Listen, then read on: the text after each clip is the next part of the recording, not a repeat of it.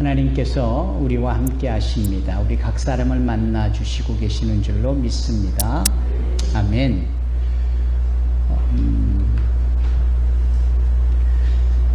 대표 기도자의 기도처럼 로마서 말씀이 그렇게 사도 바울에 의하여서 기록이 되어졌다라는 것을 분명히 알게 되면 그게 어느 때 말씀을 기록했는지까지도 알 수 있게 되어지고, 그리고 그 말씀의 수신자가 누구냐, 그러니까 말씀을 기록한 목적이 있을 텐데 그 목적은 대부분 예수를 알리는 데 있고 누구에게 알리고자 하는 것이냐 라는 구체적인 대상자가 있는 겁니다. 그러면 이해가 되지요. 고린도에 머물던 사도 바울이 로마에 있는 성도들에게 사랑을 이야기하는 내용을 오늘 강성남 안수 집사님께서 그 말씀을 인용하여 기도하셨을 때 우리가 그 배경과 상황을 로마서라는 말씀을 통하여서 알게 되니까 훨씬 더 사랑하는 마음에 우리의 마음들이 모아지고 또 의미 있게 전달이 되어질 수 있는 것이겠죠. 그러면 지금 성진군이 읽은 이 히브리서는 누가 기록을 했을까요? 그리고 언제 기록이 됐을까요? 그리고 누구에게 기록을 한 것일까요?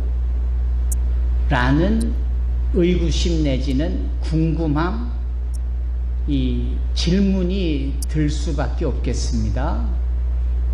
여러분, 누가 기록을 했겠고 누구에게 이 말씀이 전달되어지기를 희망하여 기록을 했고 언제 기록이 되어졌을까요?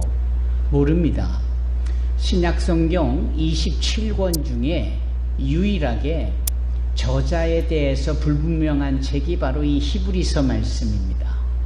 그러니까 저자가 불분명하니까 언제 기록이 되어 있는지를 잘 모르겠고요. 그리고 저자가 불분명하고 언제 기록이 되어지는지 모르는 가운데 누가 이 말씀을 수치인, 소위 편지를 보낼 때 이게 서신서처럼 기록이 되어 있으니까 히브리서인데 이게 누가 수치인인가, 아무개 귀하 그래야 되는데 그 아무개가 누구일까 잘 모르겠는 거예요. 이런 점에서 보면 우리가 참 부분적으로 아는 것이지 다 아는 것 아니죠. 네. 왜 이 말씀을 드리는가 하면은 그래서 궁금하고 생각을 해보는 겁니다. 어떤 사람은 바울이 기록을 했을 것이다. 어떤 사람은 바나바가 기록을 했을 것이다. 어떤 사람은 프리실라 같은 여자 지도자가 기록을 했을 것이다. 어떤 분들은 아볼로의 문맥이 아니겠느냐라는 추론을 해봅니다. 그런데 이때가 다른 서신서와 비교해서 봤을 때 그리고 내용을 보면은 바른 논리와 이론을 설명하고 있기 때문에 뭔가 기독교에 대해서 오해가 있거나 또는 기독교에 대해서 잘못 받아들이고 있는 사람들을 대상으로 이 말씀이 기록되어진 것이 분명하겠다. 무엇보다도 기독교가 있기 전에 유대교가 있었잖아요. 유대교라는 것은 말 그대로 유대인들이 하나님과의 관계 속에서 모세의 율법을 근거한 그 신앙이 유대교 아닙니까? 지금도 저 이스라엘에 관계된 모든 후손들을 비롯한 그 이스라엘 사람들이 이 유다이즘이라고 여겨지는 유대교에 관련한 신앙생활을 영위하고 있기 때문에 그분들은 하나님의 말씀을 율법적인 측면, 구약을 중심으로 믿게 되고 그것을 따르게 되어지는데 소위 사도 바울이 등장을 하고 그거 아니더구나. 나도 너희 못지않게 내가 바리새인 중에 바리새인이었고 내가 사내들인 공의원이었고 내가 히브리어든 헬라어든 통달한 사람이고 무엇보다도 최고의 율법학자인 가말리엘의 수제자까지였던 나였기에 유대교에 대해서는 너희들보다도 훨씬 더 통달했을 법한 난데, 내가 사도행전 9장에 기록되어졌듯 다메섹으로 가는 도중에 예수님, 부활하신 예수님을 직접 만나게 되고 그분의 음성을 듣게 되어지니까 이 유대교가 아니라 그 유대교가 중요하게 초점을 맞추고 있는 것은 바로 그리스도, 한자로 치면 기도, 즉 기독교라는 거죠. 그래서 유대교를 넘어 기독교에 대한 실제적 가치와 그 의미를 알게 되어져 사도 바울이 그가 데살로니가로부터 시작하여서 서신을 쭉 기록을 하며 한결같이 표현하고 또 설명한 내용이 예수는 누구시냐, 왜 그분이 하나님에 의하여서 기름 부음을 받은 메시아로서 율법에 언급하고 있는 하나님의 구원자로 우리에게 보내준 구원의 이름을 가지신 예수만이 우리의 구세주라는 사실을 정확하고 또 분명하게 설명하게 되어진 것이요. 그래서 사도 바울에 의하여서 유대교를 넘어 기독교에 대한 설명이 있게 되어지는 겁니다.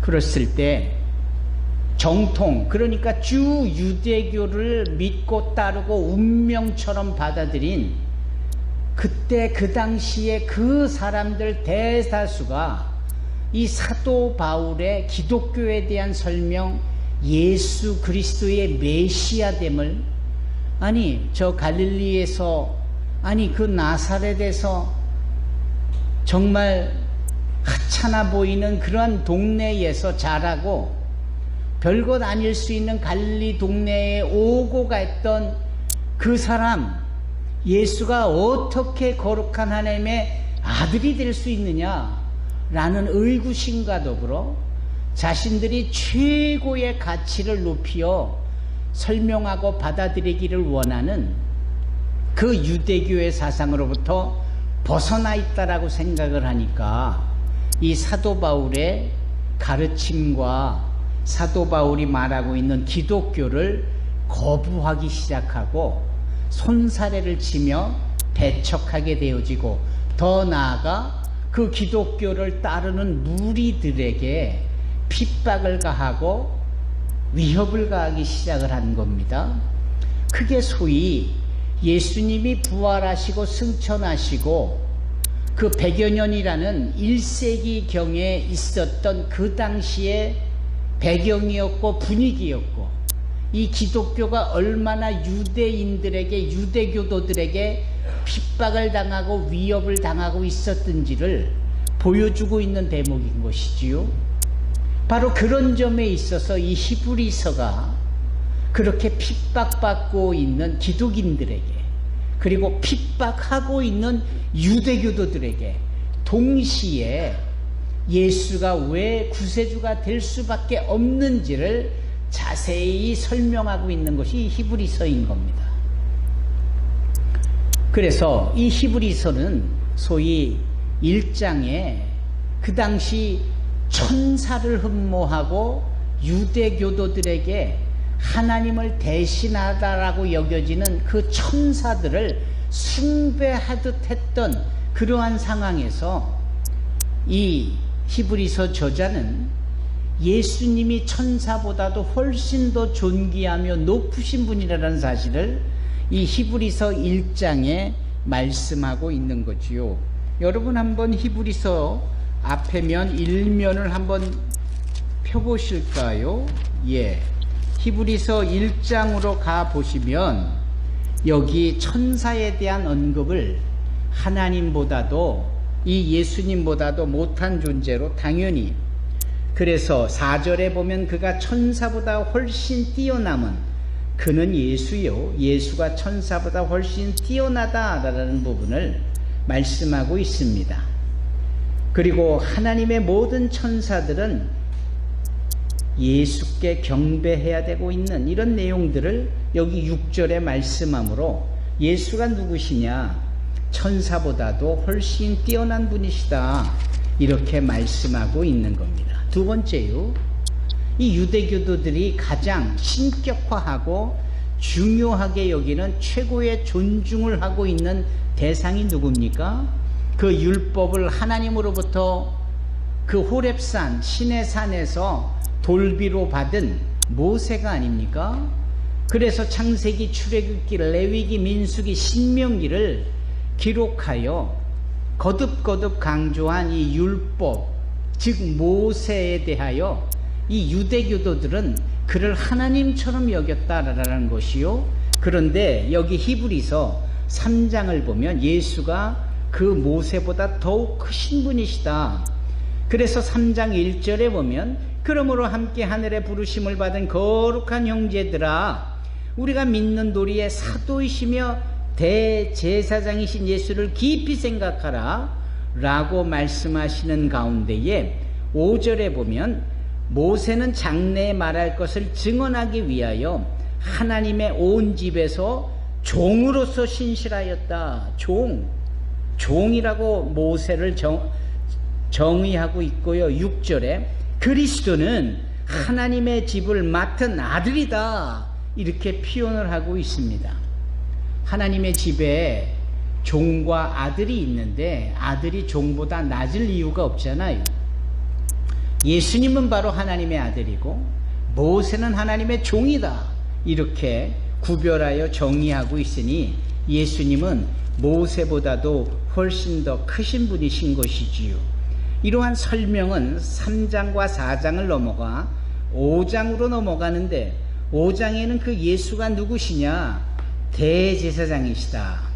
즉 모든 율법에 근거하여 백성들의 신앙을 이끄는 이 제사장들, 그보다도 더 큰 대제사장이다. 그러면 우리가 아는 바와 같이 제사장은 이스라엘의 12지파 중에 어느 지파 사람들만 제사장이 되지요? 예, 레위 지파만 제사장이 되지요. 그래서 그 제사장이 나이 들어 죽으면 그의 후손이 또 그 제사장의 직분을 이어받고 레위 사람들만 제사장이 되는, 그리고 그 때가 지나면 또 다른 때로 이어지는. 그런데 느닷없이 이 히브리서 기자는 이 예수님을 뭐라고 말씀합니까? 6절에 보면 또한 이와 같이 다른 데서 말씀하시되 네가 영원히 멜기세덱의 반차를 따르는 제사장이라. 여기서 네가가 누굽니까? 예수예요. 예수께서 멜기세덱의 반차를 따르는 제사장이 되어짐을. 그리고 10절에 보니까 5장 10절에 다 같이 읽어보십시다. 하나님께 멜기세덱의 반차를 따른 대제사장이라 이렇게 말씀하지요. 도대체 이 멜기세덱은 누굽니까? 여기 7장에 보면은 살렘 왕이요 지극히 높으신 하나님의 제사장이라고 7장 1절에 말하고 있는데, 그 하나님의 제사장이 소위 예수님이다 라고 히브리서 기자는 말하고 있는 겁니다. 그래서 창세기에 보면은 아브라함이 이 멜기세덱 앞에 경배하고 예배하고 헌물을 드리고 예의를 갖추죠. 그래서 이 7장 11절에 보면 레위 계통의 제사 직분으로 말미암아 온전함을 얻을 수 있었으면 백성이 그 아래서 율법을 받았으니 어찌하여 아론의 반차를 따르지 않고 멜기세덱의 반차를 따르는 다른 한 제사장을 세울 필요가 있느냐라고 말씀하시며, 여기 8장에 예수께서 새 언약의 대제사장이 되어졌음을 말씀하고 있습니다. 그 우리의 대제사장이신 예수께서 친히 그 보혈을 흘려주심으로 이렇게 예물을 통하여 제물을 통하여 동물의 피로 제사를 드려왔던 것을 이제는 예수 그리스도의 십자가에서 흘리신 거룩한 보혈로 단박에 제사를 드리는 것이지요. 그래서 이 9장 22절에 율법을 따라 거의 모든 물건이 피로서 정결하게 되나니 피 흘림이 없은즉 삶이 없다라고 말씀을 합니다. 그러나 예수의 피는 곧 이 10장 18절에 이것들을 사하셨은즉 다시 죄를 위하여 제사 드릴 것이 없을 만큼 완전하고도 분명한 십자가에서의 완성이 되는 제사를 드리기에 누구든지 의인은 그 예수를 믿음으로 다시 피 흘리는 제사를 드리지 않고 하나님과 화목하게 되어지고 하나님의 아들들이 되어져 갈 수 있다라고 말씀을 합니다. 그래서 10장 36절에 뭐라고 말씀합니까? 너희가 인내가 필요함은 너희가 하나님의 뜻을 행한 후에 약속하신 것을 받기 위함이라. 잠시 잠깐 오면 오실 이가 오시리니 지체하지 아니하시리라. 나의 의인은 믿음으로 말미암아 살리라. 또한 뒤로 물러가면 내 마음이 그를 기뻐하지 아니하리라 하셨느니라. 39절 우리는 뒤로 물러가 멸망할 자가 아니요 오직 영혼을 구원함에 이르는 믿음을 가진 자니라. 아멘. 저와 여러분들은 이렇게 예수께서 천사보다 더 귀하시고 모세보다도 더 존귀한 자이시며 멜기세덱의 제사장으로서 모든 레위 지파의 제사장들을 수하에 두는 그리스도 메시아 하나님의 구원자를 믿는 사람들이요, 그 예수는 우리로 하여금 보배로운 산길을 열어 하나님 앞에 나아갈 수 있도록 단번에 십자가에서의 구원의 완성을 이루신 분입니다.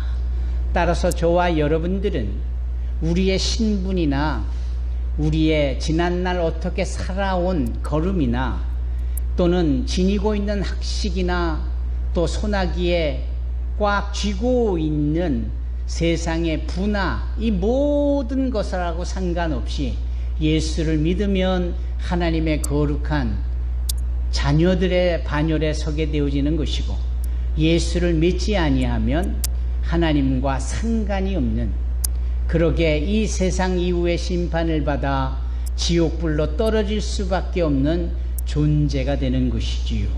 선택은 우리 앞에 놓여 있고 그 선택은 우리에게 주어진 것입니다. 내 살아생전 예수를 믿느냐 아니면 믿지 않느냐.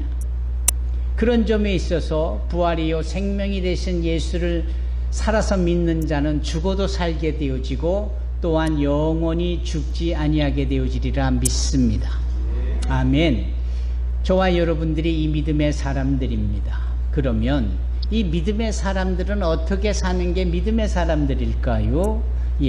그래서 이 히브리서 11장부터 언급되어지는 것이 믿음의 사람들, 즉 그리스도를 따르는 기독인들은 도대체 어떤 사람들일까라고 쭉 설명하고 있는 내용이 이 히브리서 11장인데, 오늘 우리 성준군이 읽은 그 11장 7절은 바로 노아를 통해서 믿는 자의 표본이 무엇인지를 우리에게 보여주고 있는 겁니다.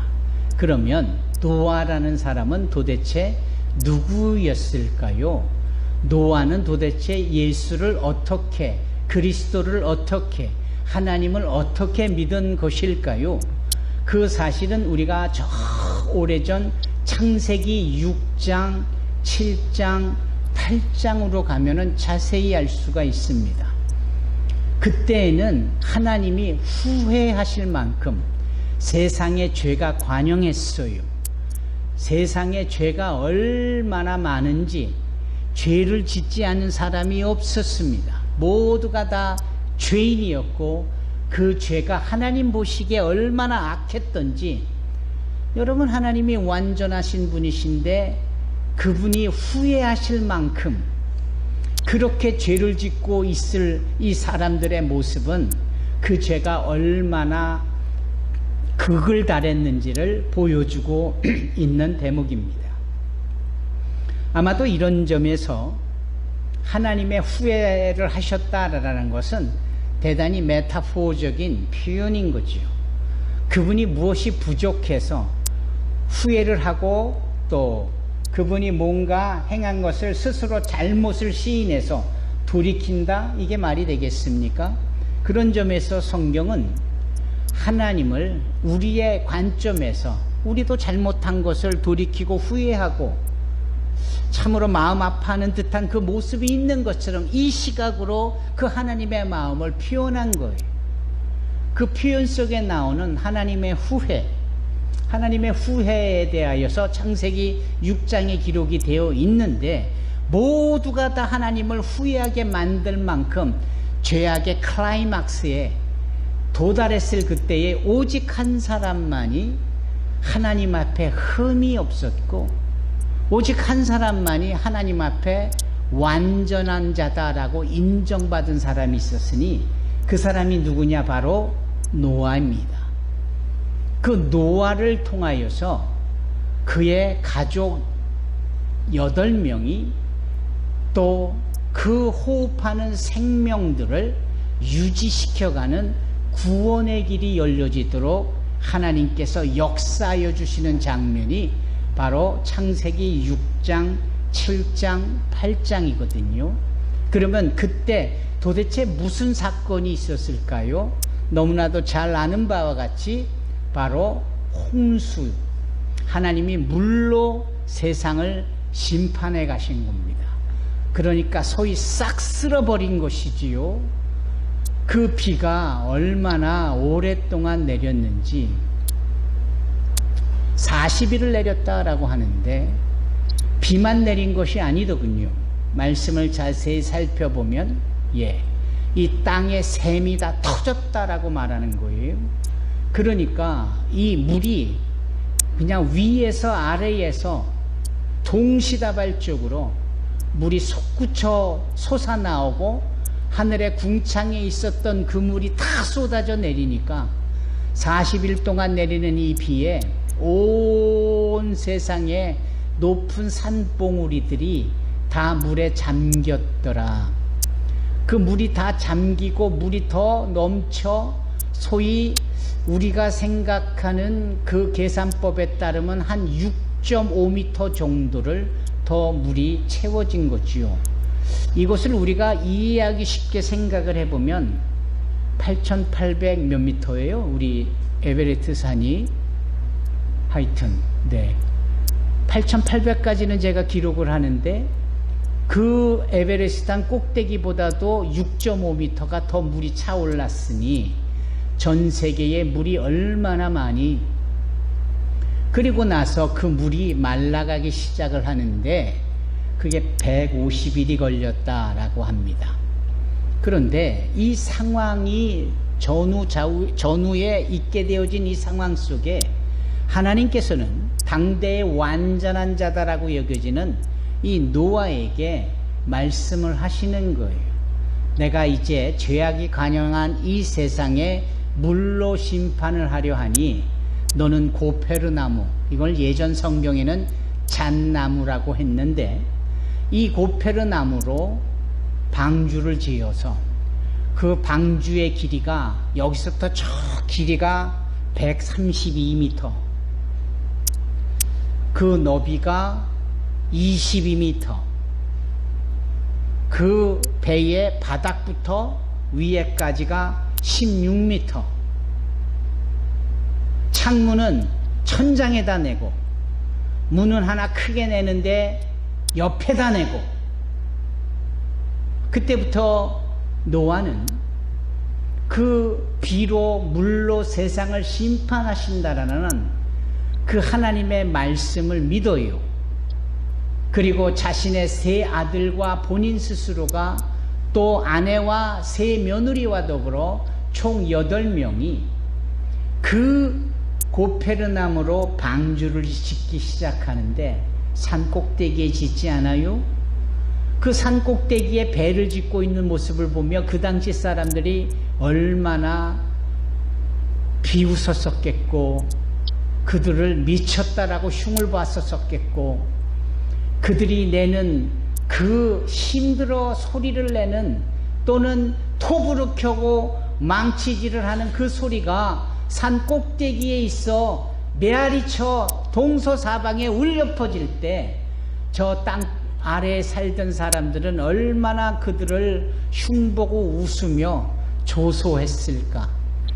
그런데 막상 그 방주가 완성이 되고 그렇게 노아의 8 식구와 거룩하다 정결하다 여겨지는 동물들의 7쌍을 싣고 모든 코로 호흡하는 생물체를 한 쌍씩 하나님께서 연문으로 열려진 곳에 모든 창조 생명체를 다 들여보내고 나니 하나님께서 그 문을 닫으시잖아요.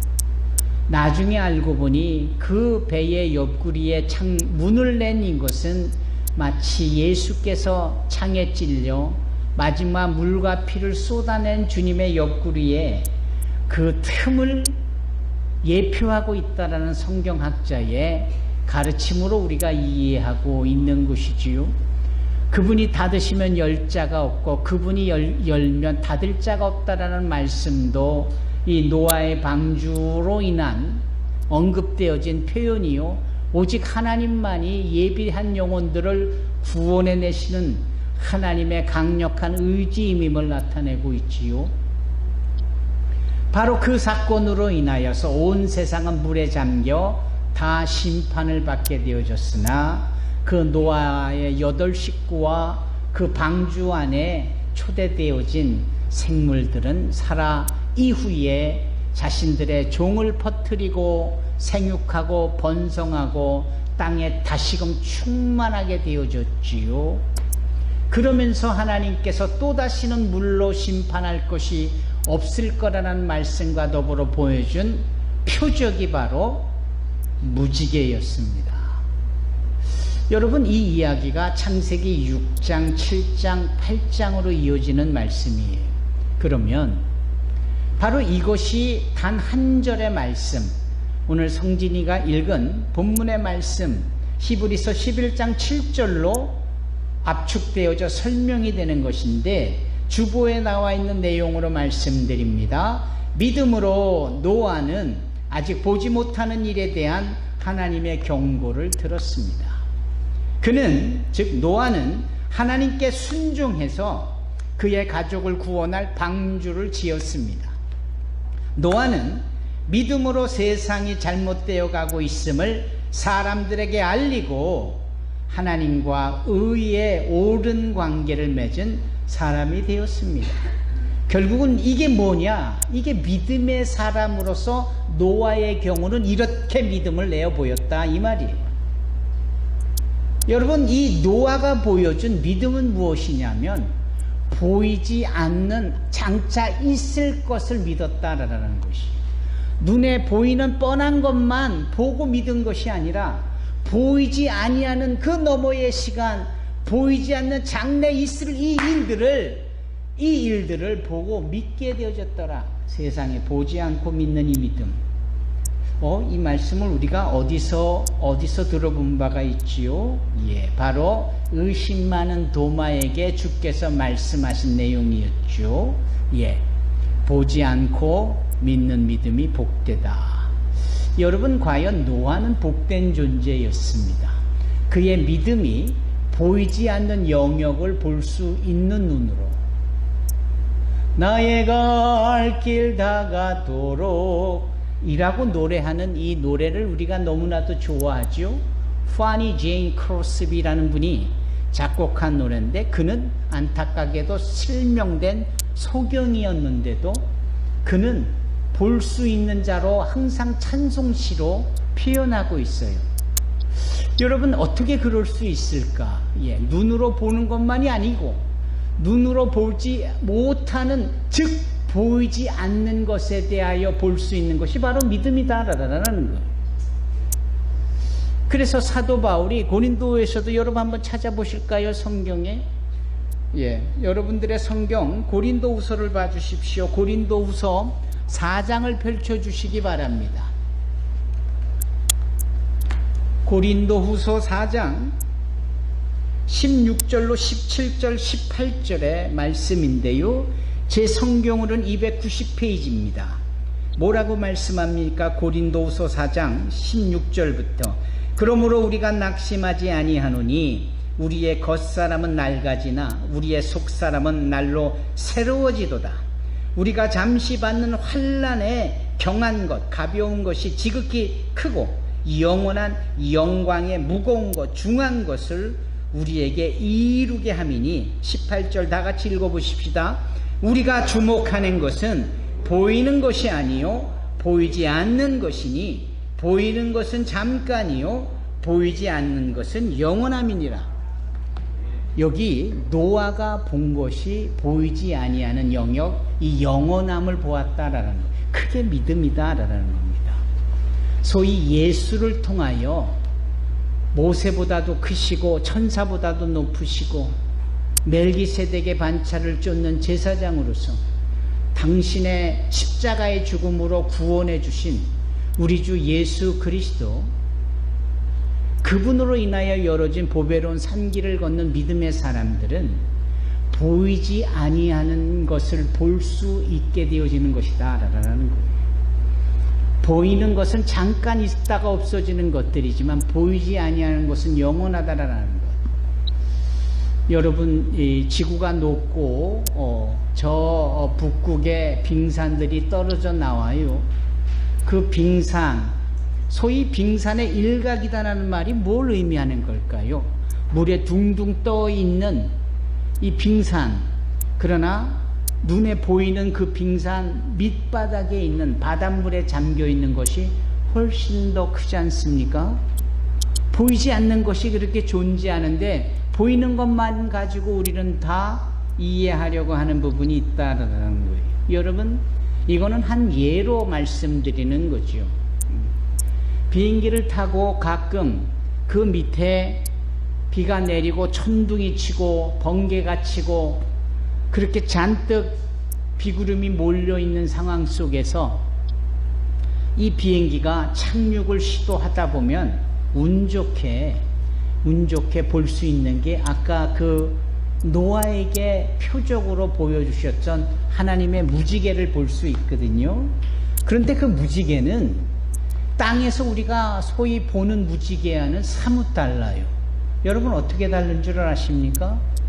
땅에서 보는 무지개는 이쪽에서 저쪽까지 그냥 하늘을 쫙 관통하는 무지개, 그것만 가지고도, 눈에 보이는 것만 가지고도 황홀했지요. 그러나 하늘에서 보는 무지개는, 무지개가 동그란 거를 아세요? 그러니까 끝이 없이 원으로 돼 있는 거예요.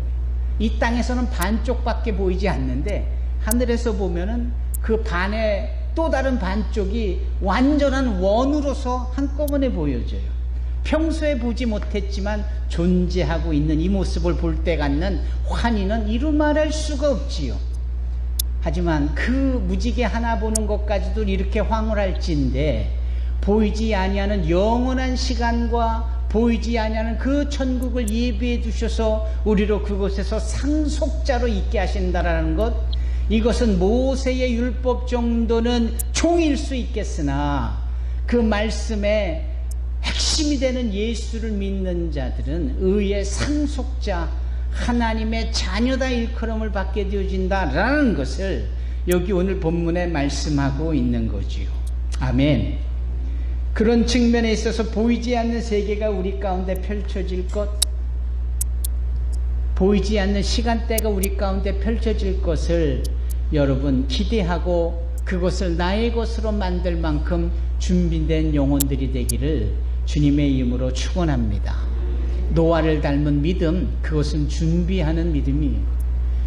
노아의 믿음은 무엇던 믿음이었느냐? 준비하고 그것을 소유하여 의의 상속자가 되는 믿음이었다. 하루살이처럼 하루하루를 견뎌내는, 그렇게 아둥바둥 나부대는 그런 인생이 아니라 영원한 생명을 따르고 영원한 보이지 않는 세계를 볼 수 있어 그것을 소망으로 자신의 것으로 소유하고 누릴 수 있을 만한 자들이 되어지기를 주님의 이름으로 축원합니다. 부디 그러한 믿음으로 준비되어져 가기를 주님의 이름으로 축원합니다. 아멘. 제가 우리 산수만교회 성도들이 모이는 단톡방에 오늘 주보를 올리면서 어떤 그림을 하나 올렸는데 혹시 보셨습니까? 예. 평소에 관심을 갖고 한번 보셔도 좋을 법한데, 그 그림은 어떤 그림이냐면, 이 노아의 방주에 온갖 생물들이 다 타고 이제 그 넘쳐가는 물 속에 이렇게 떠나가는 모습인데, 아뿔싸 거기에 공룡 2마리가 조그만 섬에 남아서, 아니 오늘이 그날이야? 아이고 큰일 났네 라고 말하는 그 아름다운, 우리가 봤을 때 아름답고 재미있는 표현이에요. 오늘이 그날이야? Was it today? clap. 어이구 맙소사, 어떻게 하면 좋지? 후회한들, 기회를 놓친, 준비가 덜 된 이 공룡 2마리의 탄식의 그림이 거기 있거든요. 사랑하는 성도 여러분, 준비되어지는, 준비하는, 그래서 보이지 않는 하나님의 약속의 말씀들을 다 받아 누리는 거룩한 백성들이요 하나님의 자녀들이 되기를 주님의 이름으로 축원합니다. 기도하겠습니다. 거룩하시고 사랑이 많으신 참 좋으신